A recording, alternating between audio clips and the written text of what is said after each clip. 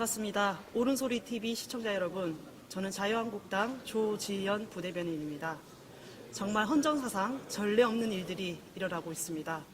문재인 정권 예산안 날치기에 이어 2대 악법이죠. 공수처법과 선거법까지 날치기 시도하고 있습니다. 그런데 국회가 봉쇄됐습니다. 오늘 기점으로 해서 국회가 철저히 봉쇄됐고, 앞으로 선거 개입을 비롯해서 3대 게이트가 속속히 드러나고 있지만 문재인 정권 누구 하나 반성하는 사람 없습니다. 그들 눈에는 국민도 없습니다. 민생도 없습니다. 오늘 투쟁 현장에 함께 하고 계시는 김현아 의원님 모시고 이야기 나눠보도록 하겠습니다. 의원님 안녕하세요. 네, 안녕하세요. 우선 원내 대변인 하고 계시잖아요. 네, 그렇습니다. 네. 옳은소리 TV 시청자분들께 먼저 간단하게 인사 좀 부탁드립니다. 네, 옳은소리 시청자 여러분, 저는 김연아 원내 대변인입니다. 지금 아주 급박하게 돌아가는 국회에서 자유한국당 원내 여러 의원님들 또 원내 대표님들의 여러 가지 투쟁 상황에 대해서 논평을 발표하고 또 그 상황을 살피고 있습니다. 만나 뵙게 돼서 반갑습니다. 지금 오늘 국회가 이제 봉쇄가 됐고 국민의 목소리를 철저하게 무시하고 가겠다라는 그런 처사가 아닐 수 없는데요. 국회 사무처와 그리고 경찰이 노골적으로 집회를 방해를 하고 있고 그런 가운데 오늘 오후 2시에 규탄 대회가 열렸습니다. 현장에 함께 하셨죠? 네, 지금 저희 자유한국당은 지난번에 문희상 국회의장의 연이은 2번의 본회의 미개최 이후에 황교안 대표님을 중심으로 해서 국회 로텐더홀과 또 국회 앞마당에서 연이은 농성 규탄 대회를 하고 있습니다. 그런데 어제 여러분들이 오셔서 이제 황교안 대표님이나 본청에 좀 들어오시려고 하시는 그런 과정에서 국회 사무처가 일방적으로 저지하는 일이 벌어졌습니다. 저는 처음에는 아마 굉장히 사소한 문제였을 것 같은데요. 어제 좀 많은 분들이 오셨지 않습니까? 그러다 보니까 찔리는 게 많은 문희상 국회의장께서 뭔가 좀 두려움을 느끼셨던 것 같습니다. 그래서 사실 그렇게 하지 않아도 되실 텐데 국회 출입 자체를 제한하시면서 여기 이제 규탄대에 오셨던 시민들 입장에서는 정말 이해가 안 가는 상황이죠. 그리고 또 워낙 지금 민주당이 또 문희상 국회의장과 함께 날치기를 거의 밥 먹듯이 시도를 하고 있기 때문에 아마 애국 시민들 입장에서는 뭔가 안에서 무언가 이뤄지고 있나 보다 이렇게 생각하시면서 더더욱더 국회 안으로 들어오시려고 하셨던 것 같습니다. 그런 과정에서 국회 경호처와 조금 어느 정도 몸싸움과 대치 국면이 이어졌습니다. 근데 제가 이해할 수 없는 건 사무처 직원들이나 또는 사무총장님이 어제 오셨던 시민들의 이렇게 면면을 보면 서로 좀 오해했구나 이렇게 하고 해결됐으면 될 일을 잔뜩 겁먹고 뭔가 이분들이 무슨 폭력을 행사하러 오신 것처럼 매도를 하면서 몰고 갔고 또 그런 것으로 인해서 매도당하신 시민들께서 굉장히 분노를 하시게 됐습니다. 자유한국당도 어느 시위대에 가면은 욕을 먹기도 합니다. 민주당 의원과 정의당 의원들이 어제 오신 시민들에게 욕을 먹었다고 해서 뭔가 폭력 집단처럼 매도하는 것은 정말 내로남불이라고 생각합니다. 자기들을 지지하지 않는 국민은 국민으로도 보이지 않는 거죠. 그리고 자기네들에게 동조하는 사람만 국민이라고 보고 그분들의 목소리만 목소리라고 하는 정말 아집과 독선에 가까운 그런 마음가짐이 어제의 사태를 일으켰고요. 결국 오늘은 국회 정문도 봉쇄가 됐습니다. 그래서 당초 국회 앞마당에서 규탄 대회를 하려고 하다가 저희 잠시 구호만 외치고 이제 국회 정문을 걸어 나가서 국회 앞에서 오늘은 이제 많은 시민들이 오셔서 규탄 집회를 했습니다. 아마 이렇게 국회 안에서의 표현의 자유 또 시위의 자유가 봉쇄되는 일이 정말 독재 정권 이후에 있었는지 정말 좀 답답합니다. 지금 현재 국회는 의원들은 여당과 군소 정당 의원들에게 정말 일방적으로 지금 이렇게 수세에 몰려 있는 상황이고 또 우리를 지원해 주시는 애국 시민들은 문희상 국회의장의 국회 봉쇄라고 하는 이런 큰 바리게이트를 통해서 국민의 목소리를 전달하시지 못하는 그런 안타까운 상황, 그런 것들이 진행이 되고 있습니다. 지금 그 애국 시민들의 건전한 네. 그 건강한 어떤 분노와 목소리들이 극우 세력으로 네. 매도되고 있고 또 불법 집회를 했다면서 고발을 한 네, 상황입니다. 그렇더라고요. 예. 그 외 시민들의 목소리를 먼저 들으려고 하지 않고 이 민의의 정당이 왜 봉쇄되고 그리고 왜 목소리를 이렇게 막아야만 하는 것인지 참 안타까운 상황인데요. 네, 네.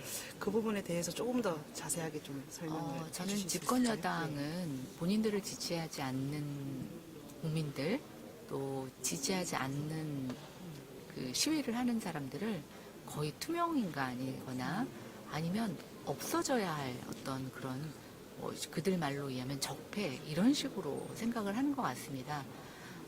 상대를 인정하지 않는 정치, 저는 그게 독재고 독선이라고 생각이 됩니다. 국민들이 지금 얼마나 화가 나면, 얼마나 답답하고, 얼마나 나라가 걱정이 되시면 국회로 오셔서 많은 목소리를 내시겠습니까? 그리고 저는 그렇게 생각합니다. 국민들 입장에서 격양될 수 있습니다. 그러면 그것을 진정시키는 게 사무처와 의원들의 역할이지, 그것을 비난하거나 도망가거나, 그리고 어떻게 될까요? 국민들 입장에서는 그 오해받는 것 때문에 더욱더 감정이 상하실 수 있고, 또 본인은 의도하지 않았지만 그렇게 일방적으로 해석하는 경우도 생기는 겁니다. 그래서 어제 결국은 체포하겠다라고 하는 상황까지 이어졌고, 저희 황교안 당대표께서 그런 상황을 막으시려고 시민들 속으로 들어가셔서 조금 진정을 시키시는 그런 일을 하셨습니다. 그랬더니 오늘 신문지상 한번 보십시오. 구구 세력과 손잡은 황교안 대표라고 하는 정말 이해할 수 없는 헤드라인이 달리면서 우리의 어떤 그런 행동들을 매도하고 있습니다. 저는 좀 안타깝습니다. 국민의 목소리를 골라가면서 듣는 정권, 이게 정말 집권 여당인지 정말 좀 답답하고요. 그래서 저희가 싸우고 있습니다. 국민 여러분.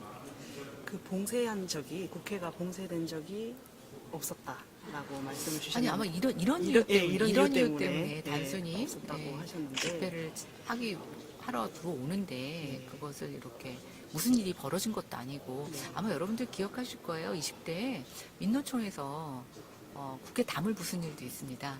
예, 그리고 안에 들어와서 이렇게 기물을 파괴한 적도 있습니다. 근데 그 이후에 그런 민노총 봉쇄했다는 소리 저는 들어보지도 않았고, 아마 경찰 고발도 하지 않은 걸로 알고 있습니다. 예. 그 2016년도에 그러니까 그 본청 앞에서 촛불 집회를 민주당이 주도했을 때는 네네. 네, 봉쇄 조치를 하지 않은 걸로 아, 되어 그랬었나요? 있습니다. 네. 예, 그래서 이게 이 집회마저도 내로남불 형식으로 대처를 네. 하고 있다라는 그런 비판에 정말 답답합니다. 피해갈 수 없는 네. 그런 것 같습니다. 지금 4+1이죠. 1+4입니다. 1+4죠. 네, 그렇죠. 민주당이 주도하고 있습니다. 그렇습니다. 민주당과 군소 정당들이 오늘 9시에 또 회동을 한다고 합니다. 그 선거법이라는 게 사실 어떻게 보면 경쟁의 룰을 정하는 것인데 이게 일방적으로 정해진 그런 전례가 없죠. 그래서 독재 정권 때 빼놓고는 아마 거의 없다고 합니다. 그래서 저는 설사 있었다고 하더라도 지금 시대가 어느 시대입니까? 그리고 문재인 정부가 표방하는 슬로건이 뭡니까? 뭐 나라다운 나라를 만들겠다고 한 것 아닙니까? 그러면 자기들은 저는 그렇게 해서는 안 된다고 생각이 됩니다. 지금 더더욱 정말 코미디 같은 상황이 벌어지고 있는데요. 지금 225 플러스 75라고 하는 패스트트랙에 올려져 있는 원안은 심상정 의원이 발의한 법안입니다. 근데 지금 민주당이 이 협의체와 함께 협의가 이루어지지 않자 그 225 플러스 75안을 원안 상정하겠다고 했더니 심상정 의원이 반대하고 반대. 있습니다. 본인이 낸 법안인데 원안 통과를 반대하는 이런 정말 요즘 젊은 사람들 말로 우픈? 아니면 오픈 정말 현실. 오픈 현실이라고 해야 되는지, 아니면 정말 좀 기가 차서 화도 안 나는 그런 상황이 벌어지고 있습니다. 그러면서도 본인들은 개혁이라고 얘기하고 있습니다. 정말 개혁일까요? 지금 금소정당의 일종의 다선 의원들이 계속 21대에도 국회에 살아남으려고 하는 불로장생법이라는 얘기를 했습니다. 그리고 중진 의원들 노후보장법. 노후보장. 예, 그래서 정말 이게 우리가 청년 정치를 지금 많이 육성하자, 또 그런 세대 교체를 하자고 하는 게 큰 시대 흐름인데 그런 걸 앞장서 외치던 민주당이 이번에 드러났습니다. 맞습니다. 개혁이라는 미명 아래 네. 정말 어떻게 보면 개혁을 역행하는 네, 맞습니다. 그런 상황이 아닐 수 없는데요. 그 문재인 대통령이 그 2015년도에 그 새정치민주연합 네. 대표 시절에 그 선거법이라는 것은 단 한 번도 네. 저기 일방 직권 상정되거나 일방적으로 밀어붙이는 경우 사례가 네. 없다라고 하셨는데 지금은 전혀 거꾸로 가고 있는 그런 상황 그래서 아니겠습니까? 요즘 네. 그 아마 유튜버에서 네. 두 문의 발언 누가 맞나 이런 게 문희상 아마, 의장님 발언. 문희상 네. 의장 발언은 다 날치기 통과했다 이런 얘기셨고 예, 예, 문 맞습니다. 대통령은 그런 일 없다. 그런 일 그래서는 안 된다라고 하는 어떻게 또 성씨도 똑같이 물씨시더라고요. 그래서 두 문의 이상한 같은 말 다른 발언인가요? 하여튼 맞습니다. 같은 예. 성씨 다른 발언 뭐 이런 발언을 하셔서 화제가 되고 있는데 저 운영되는 잣대가 동일하지 않다는 겁니다. 맞습니다. 예, 그래서 정말 그거는 뻔뻔한 일이라고 생각이 되고요. 설사 과거에 그랬다고 하더라도 저는 지금은 그러면 안 된다고 생각합니다. 국민들의 시민의식이 얼마나 높아졌고 또 정치를 바라보시는 눈도 얼마나 엄격하십니까?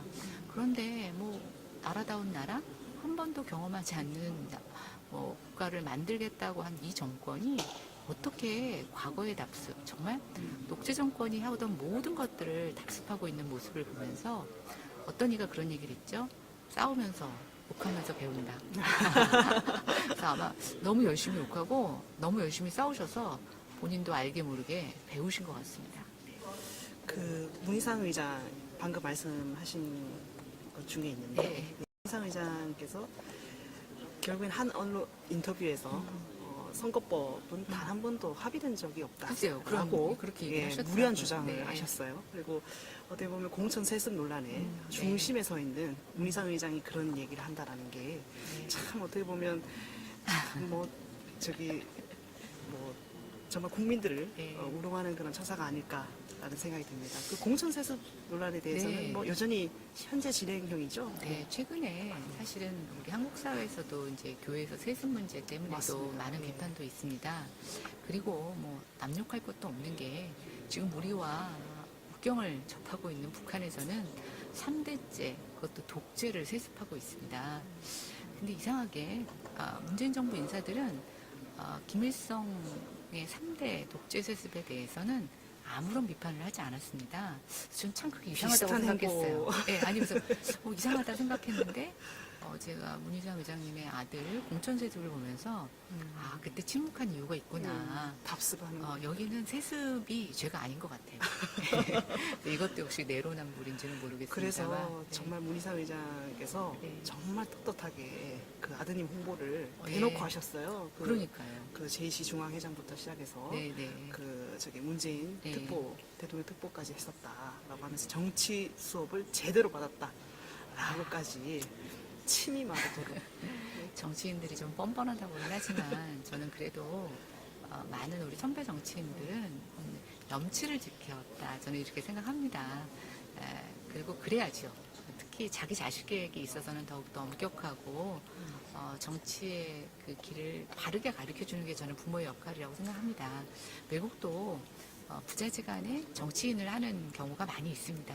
그러나 자기 지역구를 바로 이어서 이렇게 연결하는 경우는 우리나라에서는 없었다고 하고요. 그렇죠. 그래서 세계적으로도 굉장히 드문 경우라고 예. 알고 있습니다. 근데 그러면 좀 부끄럽거나 좀 상황 설명을 해야 되는데 이거 더 떳떳하니 사실은 문제를 지적한 사람이 급 당황했습니다. 무한해져. 네, 네. 급 당황했습니다. 네. 그 512조 원이 넘는 513조 원 규모의 네. 그 예산안이 어떻게 보면 불법적으로 통과를 상정시킨 네. 거죠. 그런데 그걸 이제 맞바꾸게 했다라는 비판에서도 사실 피할 수 네. 없는 상황이 된 것 같습니다.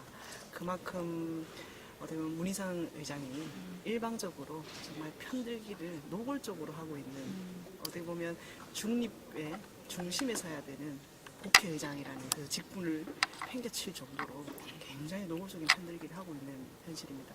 실제로도 많이 그런 부분들에 대한 문제점이랑 이런 거 통감하고 그러니까 계시죠? 국회의장은 사실은 이제 국회의장이 임명되면 당적을 갖지 않도록 돼 있죠. 무소속. 예. 왜냐하면 그것은 정치적 중립을 지키려고 그렇게 하는 것입니다. 20대 국회 정말 최악이라고 많이들 비판하시는데요. 제가 그 최악의 국회에 있는 한 사람으로서 말씀을 드리자면 20대 국회 최악의 중심에는 문희상 국회의장님이 계십니다. 지난 4월에 패스트트랙에서 여러 가지 몸싸움도 나고 불미스러운 일이 있었는데요. 그때 그 단추를 제공하시는 분이 바로 문희상 국회의장님의 불법 사보임입니다. 그것도 병원에서 구두로 결제하셔서 불법 사보임을 강행하셨습니다. 이번에 저희가 필리버스터를 걸었더니 필리버스터 이제 그 전이군요. 예산안을 불법 통과하시는 과정에서 사회권을 화장실에 가서 주승용 부회장님한테 또 넘기셨다고 하더라고요. 그래서 문희상 국회의장님 하면 병원, 화장실이 언급이 되고 있는데요. 안타까운 일이시죠. 정치적 중립도 문제지만 참 그런 거를 아는 이런 후배 정치인들이 봤을 때 정말 저렇게 지금 육선 의원이신가요? 예. 그럼 얼마죠? 거의 한 14년. 예, 30년 동안 30년, 정치를 하신 그렇죠. 거죠. 예. 근데 30년 정치 인생을 또 나름대로 젊어서는 여러 가지 개혁적인 일을 하셔서 포청천이라는 별명도 예, 있으시잖아요. 예. 근데 그런 정치 인생을 마지막에 아들 때문에 저렇게 정말 얼룩이지게 하시나. 아직 얼룩 정도가 아니죠. 그래서 너무 아들을 사랑하시는 건지. 근데 잘못된 부모의 사랑 같습니다. 그런데 문희상 의장의 정치적 신념이 네. 평생 가지고 온 정치적 신념이 성공 후사라고.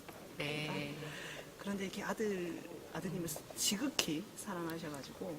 근데 이 정부의 어떻게 보면 문재인 정권의 네. 그 어떻게 보면 특색, 나쁜 그렇습니다. 특색이라고 할 수 그러니까 있죠. 뭐 예. 많은 분들이 얘기하시는데 본인들은 민주화 운동을 했기 때문에 뭐 보상이 필요하다라고 하는 보상 심리가 있다고들 많이 하십니다. 뭐 그럴 수도 있습니다. 그러나 정말 본인들이 싸운 민주화 투쟁의 가치가 개인적인 사익이 아니라 국가를 위한 거였다고 하면 저는 마지막 마무리가 굉장히 중요하다고 생각이 됩니다. 그런데 지금 이건 뭐 문희상 국회의장뿐만이 아니라 좀 더 내려오면 586 세대들한테도 그대로 남아 있습니다. 그뿐만인가요? 지금 대한민국 서열 2위였던 국회의장이 서열 5위인 국무총리로 가겠다고 하고 있습니다. 본인은 뭐 아주 굉장히 겸손하셔서 지위를 낮춰서 가시는 것 같은데 대한민국 국회 위상은 이번 일로 인해서 정말 추락합니다. 지금도 행정부하고의 어떤 견제와 균형 후보자로 정세균 네. 전 국회의장을 지명을 했습니다. 네, 네. 사실 어떻게 보면 입법부 수장이 어떻게 보면 그 대통령 밑으로 들어가는 행정부 수장의 밑으로 들어가는 것인데 이것 자체가 어떻게 보면 국회를 어떻게 바라보고 있는지 이 정부가 맞습니다. 이 예. 문재인 정권이 그리고 문재인 대통령이 어떻게 국회를 바라보고 있는가라는 그 시각을 여실히 드러내는 그렇죠. 것 같거든요. 맞죠. 그러니까 자기 밑에 뭐 수하 직원처럼 예. 생각하시는 것이고 어떤 충분히 통제할 수 있다. 우리가 이제 입법 장악이라고도 얘기를 하고 뭐 그게 마지막 신독제의 퍼즐이라고도 얘기를 하고 있는데요. 그래서 선거법이 중요합니다. 내년에 자유한국당이든 어쨌든 하여튼 여당이 절대로 과반을 확보해서 지금도 과반이 아닌 상태도 전행을 휘두르고 있는데 그렇죠. 예. 정말 뭐 범여권 포함해가지고 전행을 휘두를 수 있는 정도의 결과가 나온다면 저는 뭐 지금보다 더 최악의 사태가 벌어질 것 같습니다. 그리고 선거법은 지금 많은 분들이 최근에는 알고 계십니다. 국민들이 행사하는 한 표가 어떤 결과를 나올지 예측하지 못하는 건 저는 국민들에게 표를 도둑질하는 행위라고 생각합니다. 네. 네, 맞습니다. 그 현재 국회의장 같은 경우에는 정권의 입맛대로 의사봉을 휘두르고 있다고 한다면 네. 이제 그 정세균 전 국회의장 네. 같은 경우에는 사실 이제 대통령 네. 밑으로 행정부 수장 밑으로 네. 들어가는 것인데 네. 정말 국회의장도 그렇게 보는데 네. 예, 그러니까 정말 뭐 정세균 전 의장님의 개인적인 어떤 능력이나 이런 것과 별개라고 저는 생각하는데요. 네. 이거는 국회 위상의 문제라고 생각이 맞습니다. 되고 또 삼권 분립을 저해하는 굉장히 크나큰 민주적인 질서의 파괴라고 생각합니다. 예, 맞습니다. 그 김연아 의원님 하면 네. 그 부동산 네. 문제를 요목조목 잘 짓기로 예. 유명하신데 네, 어제 네, 18번째 네. 부동산 대책을 발표했습니다. 네. 어떻게 보면 군사 작전하듯이 아, 예, 맞습니다. 갑작스럽게 발표를 했습니다. 그럼요. 네. 발표를 했었는데 문제점에 대해서 좀 짚어주실 수 있을까요? 이 정부는 대책만 발표하면 집이 오릅니다. 그래서 저는 생각해 봤습니다. 아, 정말 집값을 잡겠다는 의지가 있는가? 예. 없는 것 같습니다. 왜냐하면 내놓을 때마다 오르고 있거든요. 그런데도 계속 내놓지 않습니까? 두 번째 생각해 봤습니다. 아, 정말 자기네들이 내놓는 정책이 집값을 잡을 수 있다고 생각하나? 잘 모르는 것 같아요. 그래서 저는 무지나 무능이라고 생각하고요. 만약에 알면서도 한다. 그럼 저는 부동산 정책을 갖고 꼼수 증세를 한다고 생각합니다.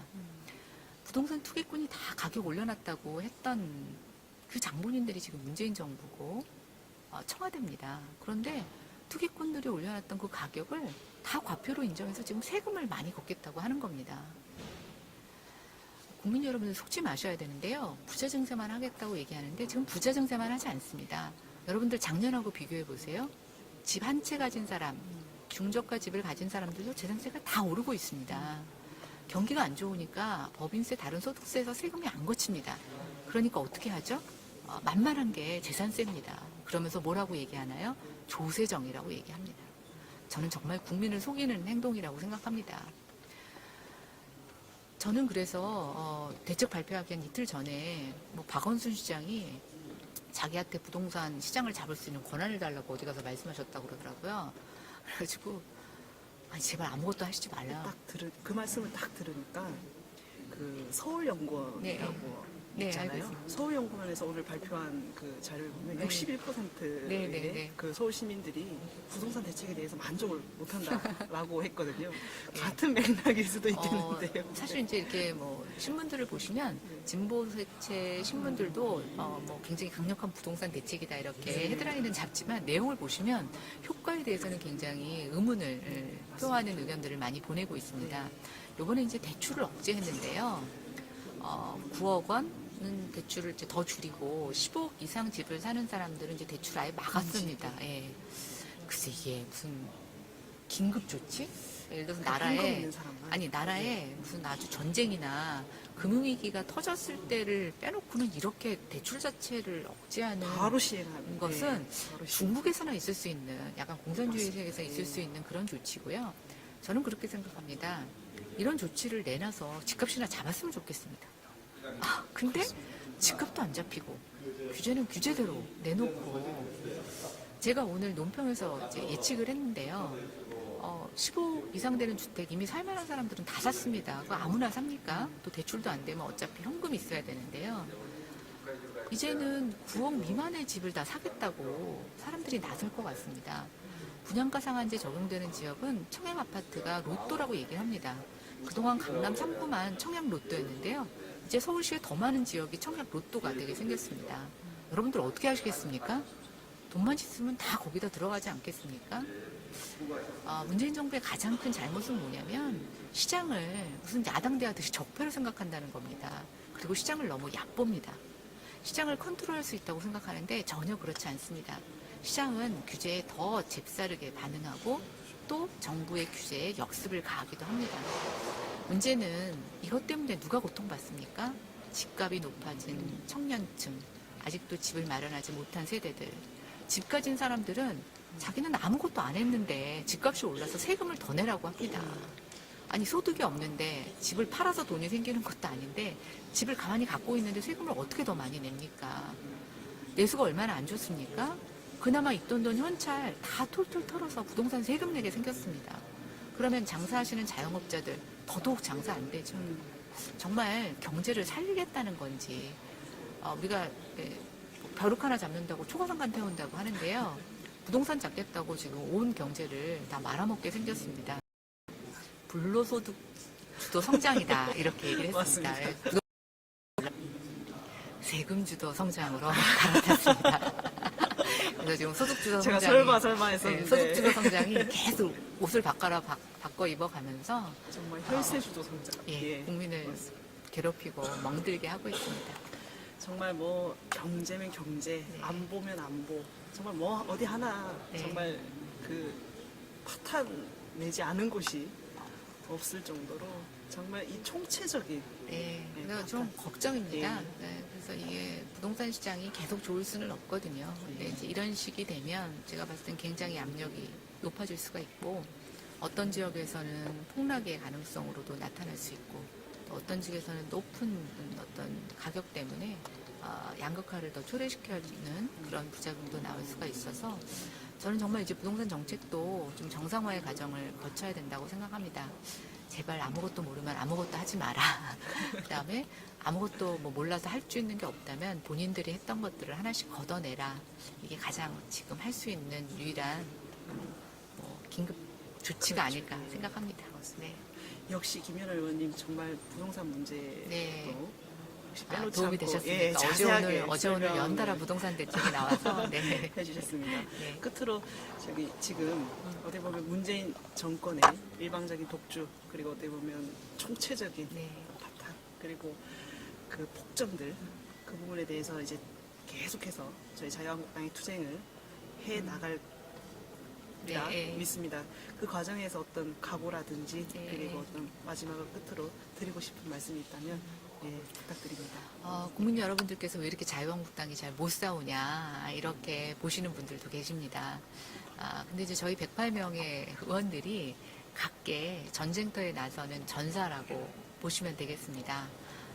총을 잘 쏘는 사람, 뭐 칼을 잘 휘두르는 사람, 또 어떤 사람은 고함을 잘 치르는 사람, 병사들을 잘 움직이는 사람, 각각의 전략을 짜서 움직이고 있습니다. 그런데 언론 환경이 너무 좋지 않습니다. 저희가 실수하고 저희가 패전하는 모습만 보여지고 저희가 정말 잘 싸우는 모습들은 아직도 국민들이 보시지 못하는 것이 되게 안타깝습니다. 이번에 필리버스터 국민들이 많이 욕을 하시지만 저는 국회법에 새로운 역사를 썼다고 생각합니다. 민주당의 폭주를 일단 가로막는 건 저희 필리버스터 정책이었다고 생각이 되고요. 저희가 이 필리버스터로 시간을 좀 벌면서 지금 민주당과 또 나머지 정당 간에 그런 선거법 합의가 좀 불발되는 그런 상황도 벌어지고 있습니다. 저희의 어떤 싸움들 같은 것 포기하지 마시고 끝까지 지켜봐 주시기 바랍니다. 또 국민들의 응원과 국민들의 쓴소리 때문에 저희 모두 다 싸움 더 열심히 하고 정말 나라를 구하겠다는 마음 또 여러분들이 세우신 이 나라를 지키겠다는 마음으로 열심히 싸울 것입니다. 믿고 또 저희를 응원해 주시기 바랍니다. 고맙습니다. 네, 감사합니다. 가시면 안 되고요. 네. 네. 문재인 정권의 어떤 폭정과 그리고 일방적 독주 정말 함께 분노하며 끝까지 시청해주신 옳은소리 TV 시청자 여러분 감사합니다. 그 자유민주주의를 지키기 위한 그 저희 자유한국당의 길에 끝까지 함께 해주시길 바랍니다. 네, 뭐 옳은 소리도 좋아요, 구독. 예, 네. 하겠습니다. 네, 이 방송을 보시고 마음에 드셨다면 좋아요, 좋아요, 구독 꼭 해주십시오. 고맙습니다. 네, 감사합니다.